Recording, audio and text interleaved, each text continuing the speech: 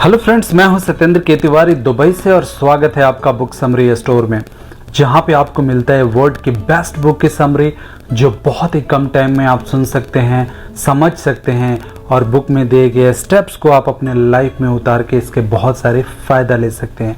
दोस्तों, रतन टाटा के बारे में कौन नहीं जानता, टाटा ग्रुप के बारे में कौन नहीं जानता, लेकिन क्या आपको पता है टाटा का क्या योगदान है इस देश को बनाने में, इंडिया को बनाने में? दोस्तों, अगर यूं कहें तो नेशन को बनाने में, इंडिया को बनाने में टाटा और टाटा के परिवार का बहुत बड़ा हाथ है। आज हम एक ऐसे बुक के बारे में बात करने वाले हैं, एक ऐसा हम लोग लेजेंड के बारे में बात करने वाले हैं जिसको आप जानते तो हैं, लेकिन ऐसे बहुत सारे कहानियां हैं जो रतन टाटा के बारे में शायद आपने नहीं सुना होगा, वो इस बुक में आपको मिलेगा। ये बुक रतन टाटा की फैमिली बैकग्राउंड के बारे में बताती है, जो बताती है कि आप रतन टाटा को जितना आप जानते हैं उससे ज़्यादा रतन टाटा हैं, शायद इस बात को आप नहीं जानते। और इस बुक में बताया गया है कि रतन टाटा की शुरुआत कहाँ से हुई, टाटा ग्रुप की शुरुआत कहाँ से हुई और कब हुई, और अभी तक टाटा ग्रुप का सफ़र कैसा रहा।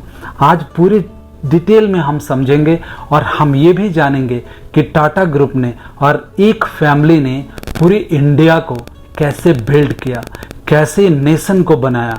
आज हमारे लिए प्राउड मोमेंट है कि एक ऐसा लेजेंड के बारे में हमने बात कर रहे हैं जो इंडिया ही नहीं पूरे विदेश में जाके भारत का नाम गौरव किया है, भारत का नाम किया है। जी हाँ दोस्तों, आज हम लोग बात करने वाले हैं द टाटाज बुक, और टाटाज के बारे में हम लोग पूरा डिटेल में आज जानने वाले हैं। Tata group Indian global business है और ये बात हम प्राउड से बोल सकते हैं, लेकिन इस फेनोमेनल सक्सेस का राज क्या है, कैसे इनका सफ़र शुरू हुआ, टाटा कल्चर क्या है, नाम, पावर, पैसा और सक्सेस। टाटा के पास सब कुछ है, लेकिन ऐसा क्या है जो उन्हें दुनिया के बाकी बिलियनियर से अलग बनाती है? आपके इन्हीं सब सवालों का जवाब आज इस बुक में मिलने वाला है। आज इस बुक में आप सुनने वाले हैं। नुसेरवांजी ऑफ नवसारी। टाटा ग्रुप की शुरुआत एक इंसान ने की थी जिनका नाम था नुसेरवान। 1822 में जब इनका जन्म हुआ था तो एक एस्ट्रोलॉजर ने कहा था एक दिन नुसेरवान सारी दुनिया पे राज करेगा, और ये भविष्यवाणी सत्य हुई। आज टाटा ग्रुप सारी दुनिया में फैला हुआ है और इनफैक्ट आप बोलें तो बहुत सारे बिलियनियर, बहुत सारे देशों पे, बहुत सारे बिजनेस पे टाटा ग्रुप का वर्चस्व बना हुआ है। वो बहुत अमीर आदमी बनेगा, लेकिन नवसारी में पैदा हुआ हर एक बच्चा अच्छी किस्मत लेकर ही पैदा होता था। लेकिन नुसेरवांजी टाटा औरों से अलग थे, क्योंकि उन्होंने इस एस्ट्रोलॉजर की बात को सच कर दिखाया था।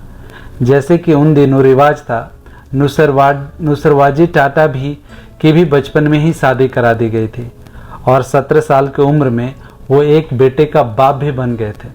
बच्चे का नाम था जमशेद रखा गया, जो 1849 में पैदा हुआ था। नवसारी के ज़्यादातर लोग अपने गांव से बाहर जाना पसंद नहीं करते थे। उनके लिए उनका गांव ही उनकी पूरी दुनिया थी। लेकिन नुसेरवांजी डिफरेंट थे। वो मुंबई जाकर कोई बिजनेस स्टार्ट करना चाहते थे। वो अपनी फैमिली के पहले इंसान थे जो नवसारी से बाहर गया हो। नुसेरवांजी ने तो पढ़ा लिखा थे और ना ही उनके पास बिजनेस के लायक पैसा था, यहाँ तक कि उन्हें बिजनेस की कोई नॉलेज भी नहीं थी। लेकिन हाँ, उनके अंदर कुछ कर गुजरने के पैशन जरूर था। उनके सपने बड़े थे। उसी सपने उन्हें मुंबई लेकर आए। उसके साथ वो अपने वाइफ और बेटे को भी लेके आए। मुंबई जाकर उन्होंने एक फ्रेंड की हेल्प की कॉटन का बिजनेस शुरू किया। नुसेरवांजी अपने बेटे के लिए बड़े बड़े सपने देखते थे। उनका बिजनेस अच्छा चल रहा था और अपने बेटे को बेस्ट एजुकेशन देने के लिए उनसे जो बन पड़ा उन्होंने सब कुछ किया। फिर कुछ ही सालों बाद जमशेद जी ने अपनी कॉलेज की पढ़ाई पूरी कर ली। नुसेरवांजी चाहते थे कि उनका बेटा एक इंटरनेशनल बिजनेसमैन बिजनेस के लिए एक्सपोजर मिले, इसलिए उन्होंने अपने बेटे को हांगकांग के ब्रिटिश कॉलोनी में भेज दिया। हांगकांग जाकर जमशेद जी ने 3 पार्टनर के साथ मिलकर बिजनेस शुरू किया और इस तरह टाटा कॉटन का ओपीएम के लीडर बने। नुसरवांजी का एक ब्रदर इन लॉ भी हांगकांग में ओपीएम का लीडर था। उसका नाम था दादा भाई टाटा। दादा भाई टाटा का बेटा रतन जी दादा भाई टाटा यानी आरडी जमशेद से 17 साल बड़ा था।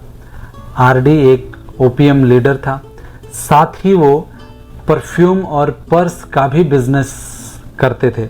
वो अक्सर बिजनेस के सिलसिले में फ्रांस जाया करते थे। आरडी को बिजनेस पर्पस के लिए फ्रेंच आनी जरूरी थी, इसलिए जमशेद जी ने उसके लिए एक फ्रेंच टीचर रख लिया। लेकिन आरडी को ना सिर्फ फ्रेंच पसंद आई बल्कि उसे टीचर की बेटी से भी प्यार हो गया। जब उस लड़की का नाम था सुजैन। आरडी एक विडो था और उम्र के सुजान से बड़ा भी था, फिर भी सुजाने ने आरडी अच्छा लगा। दोनों एक दूसरे को चाहते थे। फिर जल्दी ही दोनों की शादी भी हो गई।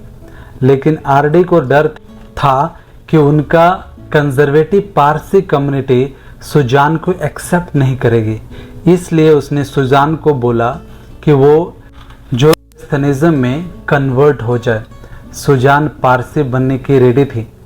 उसने कन्वर्ट कर लिया और उनका नाम बदलकर सुनी रख लिया। आरडी और सुनी के 5 बच्चे हुए। उनके दूसरे का नाम जहांगीर था, जिसे सारी दुनिया जेआरडी के नाम से जानती है। टाटा फैमिली का बिजनेस अच्छा चल रहा था। वो लोग चाइना और यूरोप को ओपीएम का कॉटन एक्सपोर्ट करते थे और इंडिया में चाय, टेक्सटाइल, गोल्ड इंपोर्ट करते थे। उनका बिजनेस तेजी से ग्रो कर रहा था और जल्दी ही जमशेद जी ने संघाई और उनका सेकंड ऑफिस खोल लिया था। जमशेद जी ने ही यूरोप में टाटा बिजनेस को यूरोप में एस्टेब्लिशमेंट किया। उस टाइम पैसेंजर एयरलाइंस नहीं होती थी, इसलिए उन्हें शिप से ट्रेवल करना पड़ता था।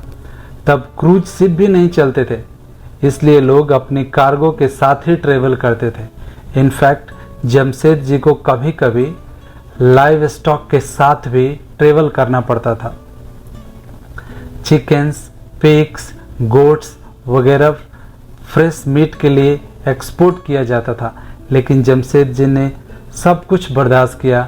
जानवरों की बदबू, लॉन्ग जर्नी और सी सिकनेस, सब कुछ, क्योंकि उनके नज़र अपने गोल पर थे। उनका सपना था लंदन में एक टाटा का ऑफिस खोलना। इसके लिए उन्होंने सब कुछ सहा। जिस भी शिप में वो जाते थे, कार्गो शिप में, उस पे जानवर जाया करते थे, उस पे भी बैठ के वो जाते थे। उसमें जानवरों की बदबू आप समझ सकते हैं। अगर आपको बोल दिया जाए मुर्गियों के बीच में बैठ के आप 10 दिन का सफ़र करें, आप कैसे लगेगा आपको? जानवरों के बीच में, सूअर के बीच में आपको बैठा दिया जाए, और वो भी समुद्र के रास्ते, जो सी की सिकनेस आपको पता है। फिर भी वो अपने सपना पे ही अपने नज़र टिकाए रहते थे और उनका सिर्फ एक ही सपना था, लंदन में एक टाटा का ऑफिस खोलना। A man who so dreams. England जाकर जमशेद जी ने मैन्युफैक्चरिंग के बारे में काफ़ी कुछ सीखा। अब वो कॉटन ट्रेडिंग के साथ साथ मैन्युफैक्चरिंग बिजनेस भी करना चाहते थे। 1873 में जमशेद जी ने अपना खुद का स्पिनिंग और विगिंग मिल खोली। जब ज़माने में ज़्यादातर बिजनेसमैन बॉम्बे या अहमदाबाद में मिल्स खोलते थे, लेकिन जमशेद जी ने नागपुर सिटी चूज़ की, जो कॉटन फॉर्म्स के नज़दीक थी। जमशेद जी ने इंग्लैंड में बेस्ट की मशीनरी ऑर्डर की, बेस्ट क्वालिटी का मशीनरी ऑर्डर किया। मशीनरी ऑपरेशन के लिए एक्सपोर्ट हुआ, हायर किए। उनके लिए नए बिजनेस का नाम उन्होंने एम्प्रेस मिल रखा। लेकिन मिल चलाने से सबसे ज़्यादा चैलेंज था नागपुर का वर्क कल्चर। नागपुर के लोग आराम पसंद ज़्यादा थे, जबकि बॉम्बे में लोग छुट्टी वाले दिन भी काम करते थे। लेकिन नागपुर में रोज सिर्फ 80% लोग ही काम पे आते थे। लोग छोटी छोटी बातों पे छुट्टी मार लेते थे। ऐसे में एम्प्लॉयज़ का पनिशमेंट देने के बजाय जमशेदजी ने एक पॉजिटिव सॉल्यूशन निकाला। उन्होंने एम्प्लॉयज़ के लिए प्राइवेट फंड स्कीम का कहें तो पेंशन प्लान निकाला, ताकि रिटायरमेंट के बाद भी लोगों को ज़िंदगी आराम से चल सके। जमशेदजी ने एक इंश्योरेंस स्कीम भी शुरू की। अगर कोई एम्प्लॉय काम के दौरान घायल हो जाए या उसकी डेथ हो जाए तो उसे और उसकी फैमिली को मेडिकल एक्सपेंस मिल सके। वो अपनी वर्कर्स के लिए स्पेशल इवेंट्स जैसे स्पोर्ट्स डे, फैमिली डे भी ऑर्गेनाइज करते थे, जहां पर गेम्स, विनर को इनाम के तौर पे कैश, गिफ्ट, गोल्ड चेन दिया जाता था। ये जमशेदजी का इनोवेटिव आइडिया काफ़ी कमाल का था, जो इम्प्रेस मिल के वर्कर्स अपने काम को लेकर और ज़्यादा मोटिवेट फील करते थे और उनके वर्क एथिक्स में भी काफ़ी चेंज आए थे। इस तरह की पैशन प्लान, इंश्योरेंस बहुत इम्पोर्टेंट थे और इस टाइम में तो इंग्लैंड में भी वर्कर्स को इस तरह की फैसिलिटी नहीं दी जा रही थी। जमशेदजी ने इस इनिशिएटिव से ना सिर्फ उनके गुडविल नेचर का पता चलता है, बल्कि ये भी जाहिर होता है कि उनकी दूर दूर की सोचते थे और टाटा कल्चर में हमेशा इन्हीं छोटी छोटी बातों को ध्यान रखा जाता है। एम्प्रेस मिल टाटा ग्रुप का फाउंडेशन बनी। ये पूरे 100 साल तक चली। एक सक्सेसफुल बिजनेस के तौर पे जमशेदजी की हमेशा तारीफ होती रही, लेकिन वो कभी भी सारा क्रेडिट खुद नहीं लेते थे, बल्कि उनके एम्प्लॉयज़ के साथ शेयर करते थे। कोई भी बोलता था कि आपने ये किया, आपने वो किया, आपने टाटा ग्रुप को कहाँ से कहाँ लेके आया, वो बोलते थे मैंने कुछ नहीं किया, इसके सारे जिम्मेदार है हमारे वर्कर्स, हमारे एम्प्लॉयज़, जिनके मेहनत से आज टाटा ग्रुप यहाँ पे पहुँचा है। Baptism by fire. JRD France में पले बढ़े थे। 1925 की बात है जब उनके टाटा स्टील में काम करना शुरू किया। उन दिनों बॉम्बे हाउस नया नया बना था। उनके फादर RD ने उसे जॉन पीटरसन से इंट्रोडक्शन कराया, जो टाटा स्टील के मैनेजिंग डायरेक्टर थे।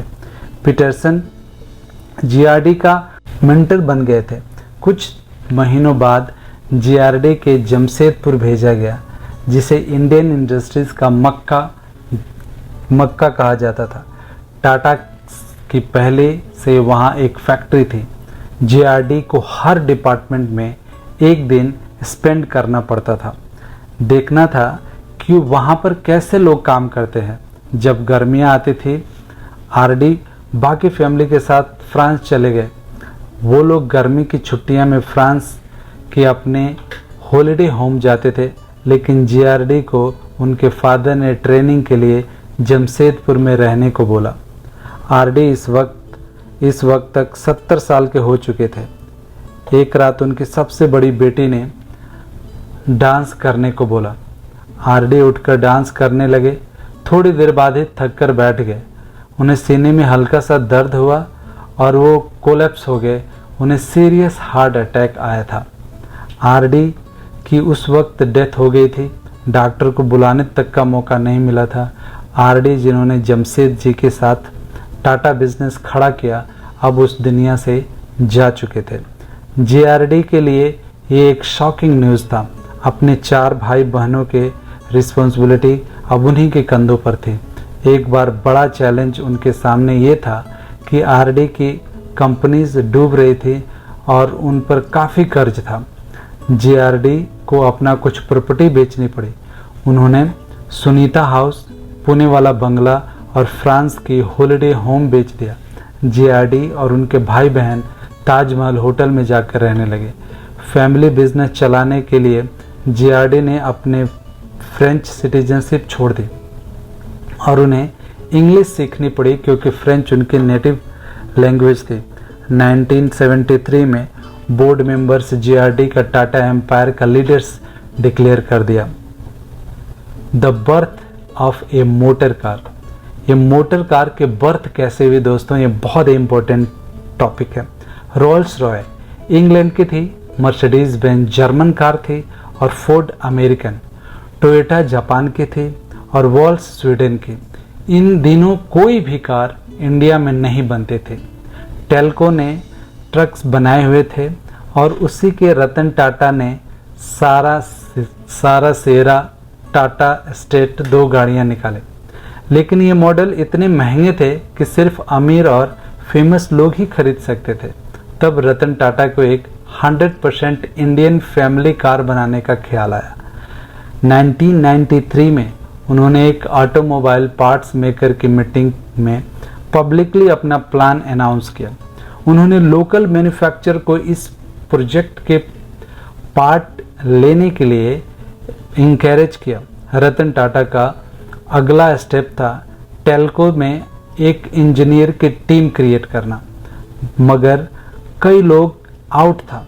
ये प्लान सक्सेसफुल होगा। फर्स्ट, इसके लिए बहुत ज़्यादा पैसे की ज़रूरत थी और सेकंड, लोगों को लगता था कि इंडिया में फैमिली कार की कोई मार्केट ही नहीं है, लोग खरीदेंगे नहीं फैमिली कार। और थर्ड, क्या वाकई में कोई कार 100% इंडियन हो सकती है? दोस्तों, आज ये टॉपिक समझने की ज़रूरत है। एक ज़माना था 1993 में जब कोई सोच भी नहीं सकता था कि इंडिया में भी कोई कार बन सकती है और इंडिया की भी कार को लोग खरीदेंगे और लोगों की कार की ज़रूरत है। आजकल इंडिया में सबसे ज़्यादा कार की खपत है और दुनिया की हर कोने से कार आती है। टाटा आज भी अपने इंडिया के अलावा बहुत सारे कंट्रियों में अपनी कार एक्सपोर्ट करती है। लेकिन रतन टाटा एक विजनरी थे। वो ऐसी कार चाहते थे जिसमें 5 लोगों के बैठने लायक जगह हो, क्योंकि आम इंडियंस फैमिली काफ़ी ट्रेवल करती थी। जो सामान की जगह होनी चाहिए, उसके लिए साथ ही बड़ा गाड़ी स्ट्रॉन्ग भी होना चाहिए जो इंडियंस रोड्स को सपोर्ट कर सके। रतन टाटा काम में जुड़ गए। उन्होंने बेस्ट इंजीनियर चूज़ किए। 120 करोड़ रुपए उन्होंने CAD यानी कंप्यूटर एडेड डिज़ाइनिंग में इन्वेस्ट किया। वैसे एक काफ़ी बड़ी इन्वेस्टमेंट थी, लेकिन उन्हें पता था कि कार के बढ़िया डिज़ाइन के लिए CAD जितना काम आ सकती है। डिज़ाइन फाइनल होने के बाद नेक्स्ट स्टेप था प्रोटोटाइप बनाना, प्रोड्यूस करना। रतन में टेल्को फैक्ट्री के अंदर 6 एकड़ की जगह एलोकेट किया। कई लोगों ने इस बात पे उनका मजाक उड़ाया कि रतन टाटा एक पूरी तरह से इंडियंस कार बनाने का सपने का सच पूरा करना चाहते हैं, क्या कर पाएंगे? लेकिन वो रतन टाटा थे। उनकी सोच भी हमेशा से ही बड़े थे, उनके सपने भी बड़े थे, जो लोग उस समय समझ नहीं पाते थे। उन्हें ये समझ आ गया था कि लोकल कार की डिमांड रहेगी और उनके लिए फैक्ट्री में एक काफ़ी बड़ी जगह और टॉप क्वालिटी का मशीनरी की ज़रूरत पड़ेगी। रतन को निशान ऑस्ट्रेलिया की भी एक कंप्लीट लेकिन अनयूज्ड असेंबली लाइन के बारे में पता चला। जापानीज कार मैन्युफैक्चरर ने इन्वेस्टमेंट के तौर पे रिटर्न पाने के बाद से ही खुश हो गए थे। रतन को ये सारी मशीनरी काफ़ी लो प्राइस यानी कि 100 करोड़ में मिल गई, लेकिन अभी तक चैलेंज और बाकी था। उन्हें ये सारी असेंबली मटेरियल्स ऑस्ट्रेलिया से इंडिया ट्रांसपोर्ट करना था और ये काम बहुत बड़ा मुश्किल था, क्योंकि पहली बात तो ये उनके इंजीनियर्स को ये सारे पार्ट्स बड़े ध्यान से डिसमेंटल करने थे और लेबल्स के साथ, लेआउट के साथ केयरफुली स्टडी करना होगा ताकि उन्हें सीक्वेंस में असेंबल कर सकें। फिर एक भी पीस अगर इधर उधर हो गया तो इंडिया में ये मिलेगा नहीं। असेंबल लाइन का टोटल वेट करीब 14,800 था, जिसके लिए 650 कंटेनर्स लगे थे। ये सारी मशीनरी ऑस्ट्रेलिया से इंडिया लाने में उन्हें करीब 6 महीने लग गए थे। फाइनली असेंबल लाइन को टेल्को फैक्ट्री में सेट किया गया और यह 500 मीटर लंबा था और 450 रोबोट इस पर काम कर रहे थे। रतन टाटा पर्सनली विजिट करने आए। उन्होंने एक पार्ट देखा जिसमें असेंबल करने के लिए एक इंजीनियर को एक एंड डाउन जाना पड़ रहा था। अगर फैक्ट्री में रोज 300 कारें बनेंगी तो इसका मतलब है कि उस इंजीनियर को 600 बार ऊपर नीचे जाना पड़ेगा। रतन टाटा ने एक रोबोट के इस पर्टिकुलर पार्ट को मॉडिफाई करने का ऑर्डर दिया। हम नहीं चाहते थे कि हमारे लोग इस तरह के कमर तोड़ काम करें, रतन टाटा बोले। उन्होंने ये नोटिस किया कि उनके किसी भी इंजीनियर को हर रोज़ 500 मीटर की असेंबली लाइन के लिए ऊपर जाना पड़े तो उन्हें लोगों का साइकिल ऑर्डर कर दी ताकि उन्हें आने जाने में एनर्जी वेस्ट ना हो। 1998 के कार एग्जीबिशन में रतन टाटा ने खुद कार चलाई जो पूरी तरह से इंडियन मेक थी। दूसरी कार ब्रांड ने ब्रांडिंग के लिए खूबसूरत मॉडल्स को रखा हुआ था और उन्हें प्रोडक्टिंग प्लेटफॉर्म के डिस्प्ले के लिए रखा गया था, मगर टाटा वाले को स्टाइल सबसे अलग था। मेल मॉडल्स ने पगड़ी और फीमेल मॉडल में साड़ी पहनी हुई थी। कुछ स्कूली बच्चे के हाथों में तिरंगे लिए खड़े थे। इसके बाद रतन टाटा ने बड़े प्राउड से इंडियन कार से एंट्री मारी। एक आदमी ने कमेंट किया, वाव, ऐसा लग रहा है जैसे कोहिनूर गाड़ी में बैठ के आ रहा है। जी हाँ दोस्तों, रतन टाटा वही कोहिनूर है। रतन टाटा ने अपनी इस कार का नाम रखा इंडिका। लॉन्च के 1 महीने बाद ही इंडिका ने 14% मार्केट शेयर पे होल्ड कर लिया, लेकिन एक बड़ी प्रॉब्लम आ गई थी। कई सारे यूनिट्स डिफेक्ट्स निकल रहे थे। रतन टाटा पूरे 500 करोड़ खर्च करने के बाद भी फिक्स हो गया था। उन्होंने पूरी कंट्री के अंदर कस्टमर केयर कैंप खोले जहां कस्टमर्स फ्री में डिटेक्टिव पार्ट्स रिपेयर करवा सकते थे। रतन टाटा ने अपने सारे कस्टमर को यकीन दिलाया था कि उनकी गाड़ियां को ठीक कर दिया जाएगा, लेकिन उसके बावजूद बहुत से लोगों को अभी भी अपने देश की बनी हुई चीज पर डाउट था। लोग बोल रहे थे। आम जनता की राय से रतन टाटा को बेहद मायूसी हुई थी। फिर टाटा मोटर्स इंडिका का न्यू वर्जन इंडिका 2 यानी इंडिका V2 लेकर आए और इसी नई कार के साथ ही रतन टाटा ने ये प्रूफ कर दिया था कि हम लोग भी 100% इंडियन लेकिन वर्ल्ड क्लास क्वालिटी की कार बनाने की काबिलियत रखते हैं। ये नया मॉडल पहले वाले से हर हाल में बेटर था, हर तरह से बेटर था। BBC ने इसे बेस्ट कार का अवार्ड दिया। उसने कई बार मार्केट सर्वे भी किए, जिसे पॉइंट पे आके टाटा मोटर्स फुल फॉर्म में चलने लगी। रतन टाटा लोगों को ये मैसेज देना चाहते थे कि अगर हमें खुद पे यकीन है तो नामुमकिन कुछ भी नहीं है। वो देश के यंग इंजीनियर्स को ये विश्वास दिलाना चाहते थे कि हम इंडियंस भी वर्ल्ड क्लास चीज़ें बना सकते हैं। वो सारे हिंदुस्तानियों को खुद पे यकीन रखने को सिखा रहे थे, खुद पे यकीन रखने के लिए बोल रहे थे कि हम इंडियंस जो चाहते हैं वो कर सकते हैं। शायद ये इंडिया का रिवोल्यूशन का दौर चल रहा था, जहाँ पे हम अपनी गाड़ियों पे बिलीव नहीं करते थे, हम अपनी कंट्री के प्रोडक्ट पे बिलीव नहीं करते थे। उस समय रतन टाटा ये कार बना के पूरी दुनिया को यकीन दिलाया कि हम वर्ल्ड क्लास चीज़ें बना सकते हैं और वो भी इंडिया में बना सकते हैं। और आज आपको पता है कि मोदी जी ने पूरी दुनिया की कंपनी को लाके मेड इन इंडिया में कर दिया है। तो ये भी दौर था और वो भी दौर था। रतन टाटा और रतन टाटा की फैमिली ने इंडिया को क्या दिया, इंडिया को कैसे बिल्ड किया, ये कहानी में आपको मिलता है।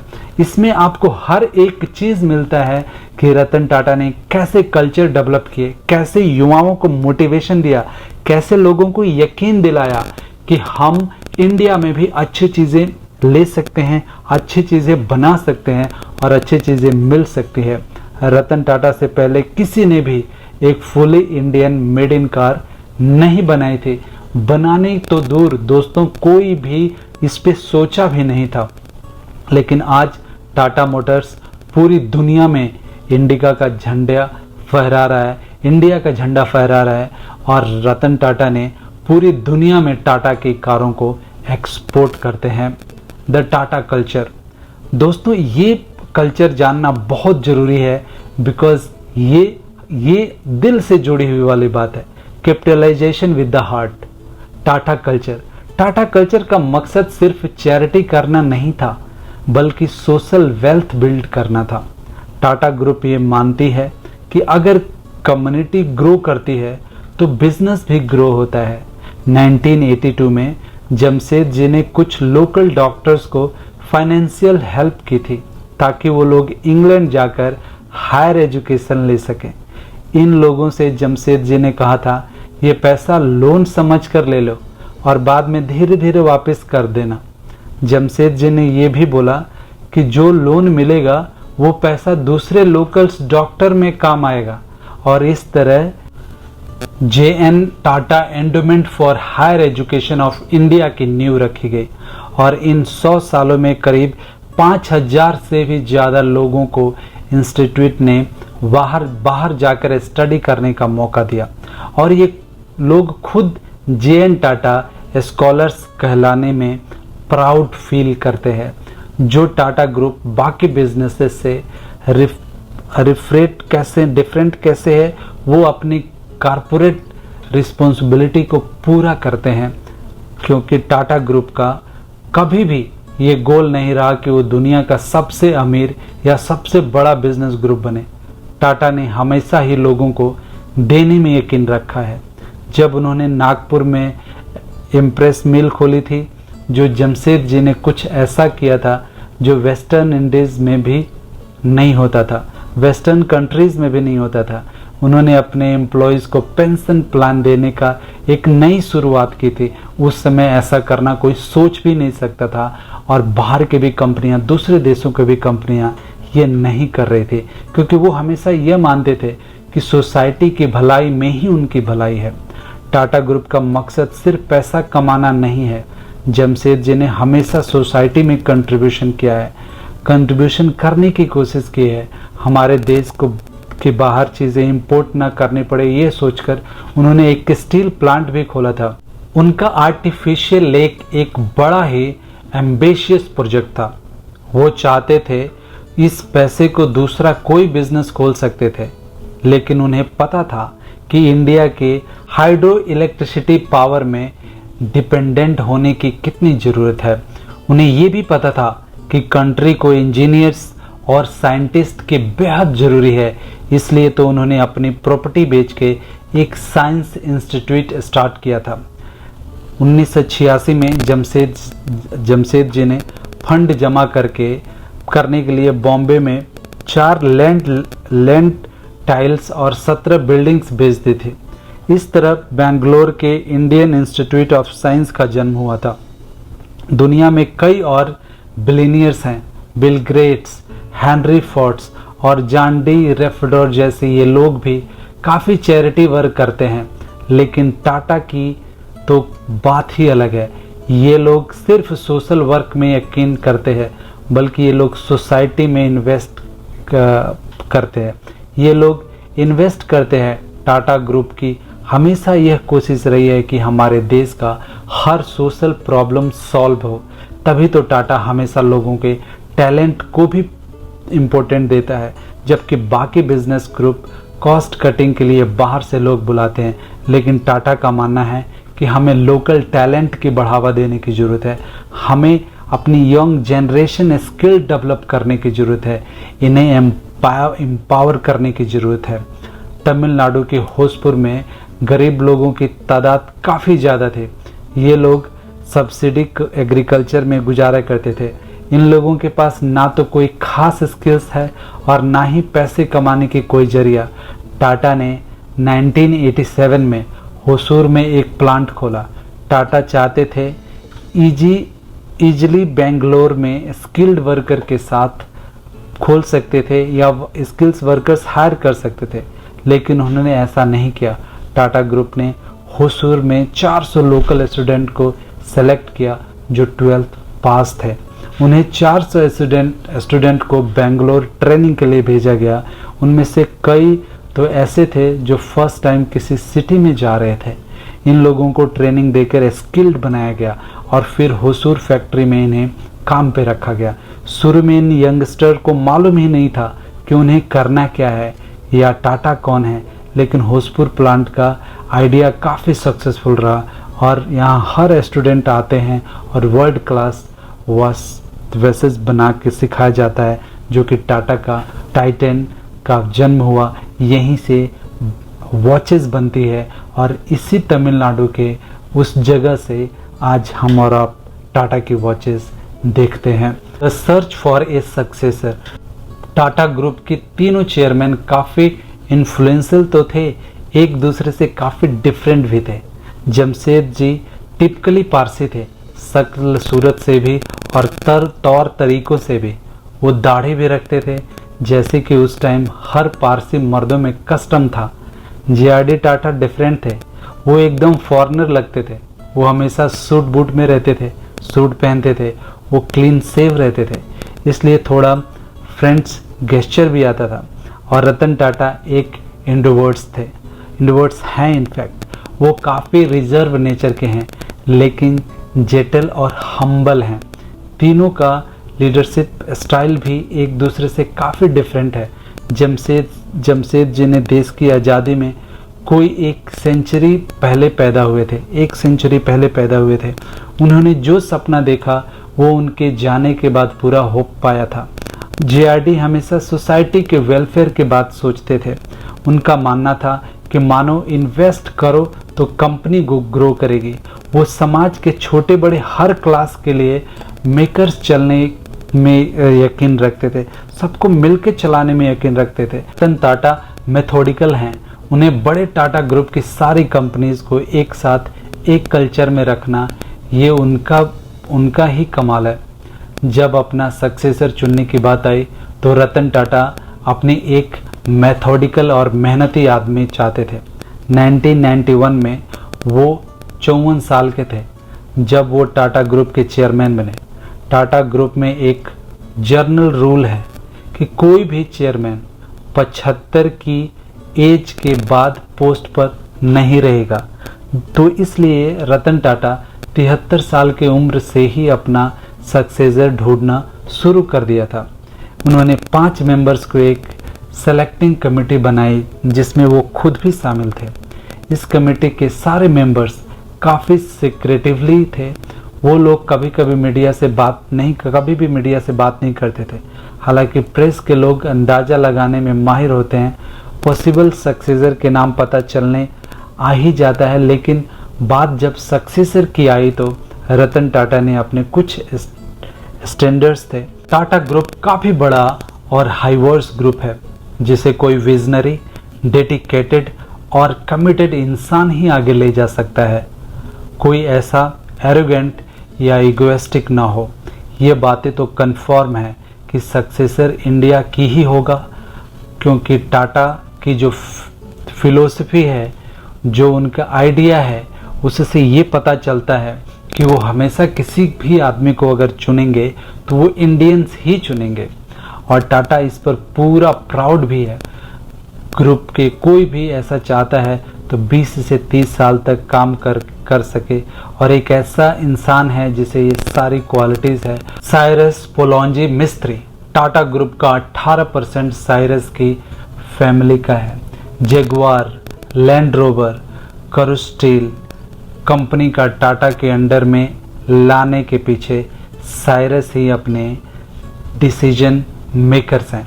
साइरस 43 साल के हैं, यानी वो ग्रुप को 20 से 30 साल तक चला सकते हैं। रतन टाटा की तरह वो भी काफ़ी माइल्ड नेचर के हैं। उन्हें भी हर तरह का इम्पोर्टेंस देते हैं। उन्हें भी पार्टी वगैरह में आना जाना पसंद नहीं है। स्पेशली वो अपने काम के लिए काफ़ी मैच्योर्ड हैं, अपने काम के लिए काफ़ी कमिटेड रहते हैं। साइरस बॉम्बे की पारसी फैमिली से हैं। वो पोलॉन्जी मिस्त्री के बेटे हैं जो कंस्ट्रक्शन मैग्नेट और एक बिलियनियर हैं। साइरस के मदर आयरलैंड से हैं। मिस्त्री फैमिली 100 सालों से भी ज़्यादा टाटा ग्रुप का एक हिस्सा रही है। अफवाहों को दौर भी जल्द ही ख़त्म हो गया जब टाटा ग्रुप ने नेक्स्ट चेयरमैन के तौर पे साइरस मिस्त्री का नाम अनाउंस कर दिया। हालांकि लोगों ने साइरस की क्रेडिबिलिटी पे सवाल भी उठाए। खुद रतन टाटा पर लोगों ने डाउट हुआ जब उन्होंने जे.आर.डी. की जगह ली थी। उन्होंने एक स्ट्रॉन्ग लीडर बनने की खुद की प्रॉपर दिखाया। अब साइरस पोलॉन्जी का टाइम है कि वो खुद को प्रूव करें। The strong and a new beginning. Tata group अपनी दूर की सोच और लॉन्ग टर्म थिंकिंग के लिए जाना जाता है। टाटा ग्रुप के डिसीजन कभी भी पिछले साल के किसी भी पिछले डिसीजन पे वेस्ट नहीं होते। टाटा का फाउंडेशन हमेशा इंटीग्रिटी ही करती है। वैसे साइरस मिस्त्री डिफरेंट अप्रोच रखते हैं। वो परफॉर्मेंस को नंबर्स से मेजर करते हैं, हर चीज़ को लॉस और प्रॉफिट के टर्म पे देखते हैं। उनकी आदत है कि हर चीज़ को प्रॉफिट और लॉस के तरह देखते हैं। साइरस का फर्स्ट मेजर डिसीजन था उन्हें बिजनेसेस को क्लोज करना जो अब प्रॉफिट नहीं दे रहे हैं। उन्होंने इंग्लैंड का स्टील बिजनेस बेच दिया था। उन्होंने बरमुंडा के ओरिएंट एक्सपोर्ट होटल भी डील में कैंसिल कर दी थी। नए chairman financial service, retail, tourism, leisure और डिफेंस जैसे कामों पर फोकस करना चाहते थे। साइरस मिस्त्री मानते थे कि टाटा ग्रुप का फोकस रहकर रेवेन्यू जनरेट करना है, जो सोच समझकर इन्वेस्ट करनी चाहिए। फिर टाइम आई सारे टाटा कंपनीज के लीडर्स को एनुअल मीटिंग का। साइरस सबके बिजनेस परफॉर्मेंस और फ्यूचर प्लान के बारे में सुनना चाहते थे। उन्हें इन्वेस्टर्स के सवालों का जवाब देने के लिए भी वो पूरे तरह तैयार थे। अभी इसकी सबकी तैयारी चल ही रही थी कि साइरस ने सुना कि कुछ बोर्ड मेंबर्स इवेंट से पहले एक इनफॉर्मल मीटिंग कर रहे हैं। उन्हें कुछ पता नहीं था कि मीटिंग क्या हो रही है और उन्हें इस बारे में क्यों नहीं बताया गया। एक्चुअल एनुअल मीटिंग पर वो अनएक्सपेक्टेड गेस्ट को देखकर साइरस थोड़ा हैरान हुए। एक थे नितिन नेहोरिया, एक बोर्ड मेंबर, और दूसरे थे खुद रतन टाटा। साइरस जानते थे कि इस तरह के इवेंट्स में रतन कभी नहीं आते थे। ये एक कस्टम था। टाटा ग्रुप के चेयरमैन रिटायर होने के बाद इंटरफेयर नहीं करते थे। साइरस को इस बात से काफ़ी सरप्राइज हो गए थे। आखिर ये सब क्या चल रहा है। जल्दी ही नितिन नेहोरिया ने एक अनाउंसमेंट की। बोर्ड मेंबर्स चाहते हैं कि साइरस मिस्त्री रिजाइन करें। पहले वाली मीटिंग का एजेंडा था उन्हें पोस्ट से रिमूव करना। रतन टाटा ने सिर्फ इतना बोला, सॉरी साइरस, ये सब कुछ नहीं होना चाहिए था। मीटिंग से साइरस को बताया गया कि सारे बोर्ड मेंबर्स को मर्जी के साथ ही ये डिसीजन लिया गया है, क्योंकि साइरस पर उन्हें कॉन्फिडेंस नहीं रहा। साइरस को हटाने का क्लियर रीज़न क्या था ये कोई नहीं जानता। मीटिंग के सिर्फ 30 मिनट बाद ही ये न्यूज़ आग की तरह फैल गई। हर न्यूज़पेपर का हेडलाइन में टाटा ग्रुप का ही नाम था। कोई साइरस मिस्त्री को हटाए जाने के बारे में अंदाजा लगा रहा था। कुछ लोगों ने बोला शायद इसे अनप्रॉफिटेबल बिजनेस बेचा इसलिए हटाया गया। कुछ लोग अपनी अपनी तरह से अपनी अपनी आइडिया दे रहे थे, अपने अपने ख्यालों से बता रहे थे कि किस लिए हटाया गया, बट इसका रियल रीज़न आज भी किसी को नहीं पता है। कुछ का मानना है कि साइरस ने टाटा ट्रस्ट फंड को इग्नोर किया इसलिए उन्हें हटाया गया, मगर रतन टाटा चुप रहे। उन्होंने कोई भी बात कंफर्म या माना नहीं है। ये माना जाता है कि हर न्यू चेयरमैन 20 से 30 सालों तक लीड करता है, लेकिन साइरस सिर्फ 4 साल ही पोस्ट पर थे। उन्होंने नेशनल कंपनी लॉर्ड ट्रेडिविस्टन में एक कंप्लेन भी फाइल कर दी। साइरस ने टाटा ग्रुप पर अपने साथ हुई नाइंसाफी का इल्जाम लगाया। खैर जो भी हो, टाटा ग्रुप एक नई रिप्लेसमेंट ढूंढने में लगा रहा। उन्होंने जल्द ही नया मिला नटराजन चंद्रशेखरन, टाटा कंसल्टेंसी सर्विसेज के सीईओ। वो एक आर्टिस्टिक और सॉफ्ट स्पोकन इंसान हैं। अपने करियर का शुरुआत से ही वो टीसीएस में हैं। फरवरी 2017 में ऑफिशियली टाटा ग्रुप का चेयरमैन अनाउंस किया गया। Japanese telecom company Docomo Tata group के अगेंस्ट एक लॉसूट करने जा रही थी, लेकिन चंद्रशेखरन के इंटरफेरेंस से इस इशू को रिसॉल्व कर लिया गया। उनका स्टील बिजनेस यूरोप में घाटे में चल रहा था, तो नए चेयरमैन ने टाटा स्टील यूरोप को जर्मन कारपोरेशन के साथ मर्जर कर दिया। उन्होंने टाटा टेली सर्विसेज भी एयरटेल को बेच दी थी। दिसंबर 2017 तक टाटा ग्रुप एक बार फिर से स्टेबल हो गया था। नटराजन चंद्रसेकन अब टाटा ग्रुप का और आगे लेकर जाएंगे, यही उनकी उम्मीद है। अब आइए दोस्तों कंक्लूजन पे आते हैं कि इस पूरे टाटा ग्रुप की स्टोरी से हमें क्या सीख मिलती है और हमें क्या समझना चाहिए। आपने टाटा ग्रुप के बारे में सुना, आपने इस बुक में जमशेद जी, GRD और रतन टाटा के बारे में भी सुना।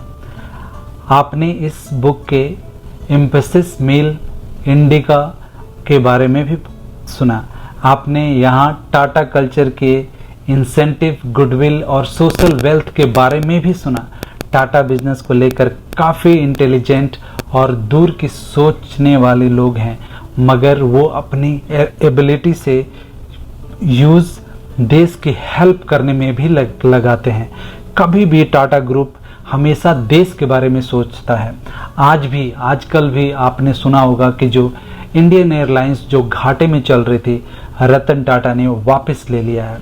दोस्तों, ऐसा था कि सबसे पहले इंडियन एयरलाइंस की शुरुआत भी टाटा ग्रुप से हुई थी, बाद में सरकार ने ले लिया था। आज वही सरकार नहीं चला पाई एयर इंडिया को और वापस ये टाटा ग्रुप के अंदर चले गए। आज टाटा ग्रुप फिर से एयर इंडिया को रिफॉर्म करने में लगा है, अच्छी चीज़ें प्रोवाइड करने में लगा है और जल्द ही आप सुनेंगे कि एयर इंडिया बेस्ट एयरलाइंस में उभर के आएगी। आपने न्यूज़ भी सुना होगा कि टाटा ग्रुप ने एयर इंडिया के लिए दुनिया की सबसे बड़ा डील की थी, जो अभी दूसरे कंपनी ने उससे 2-4 एयरक्राफ्ट ज़्यादा ऑर्डर करके उनका रिकॉर्ड तोड़ा।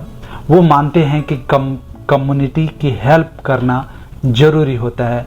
वो लोगों की भलाई में भी कंपनी की भलाई छुपी होती है।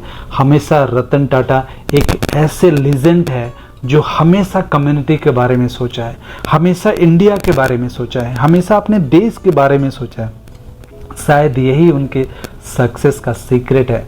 जितना बड़ी टाटा कंपनी है, उनका पर्पस भी उतना बड़ा है। अगर आप टेलको में इंजीनियर होते हैं तो आप रतन टाटा पे ट्रस्ट करते हैं। जब पहली वाली इंडिका फेल हुई थी तो आप भी इन लोगों के शामिल होते जिन्हें अपने देश की एबिलिटी पे डाउट है। हम भी कोई पूरी make in India world class car बनाने का सपना तक नहीं देख सकता था जब रतन टाटा ने देखा और जब टाटा ग्रुप ने देखा। खुद पे यकीन करो, यही लेसन रतन टाटा ने हमें दिया है, इंडिया को देना चाहते हैं। इंडिया में मल्टी बिलियनियर डॉलर कंपनीज भी हैं।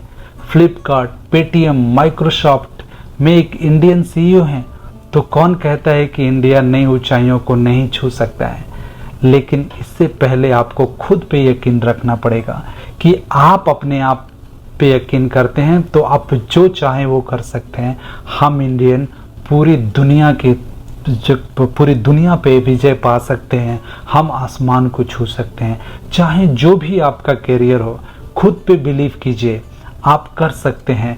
जब आप ये बिलीव करोगे तो इम्पॉसिबल भी पॉसिबल हो जाएगा। और ये सीख हमें रतन टाटा से लेनी चाहिए।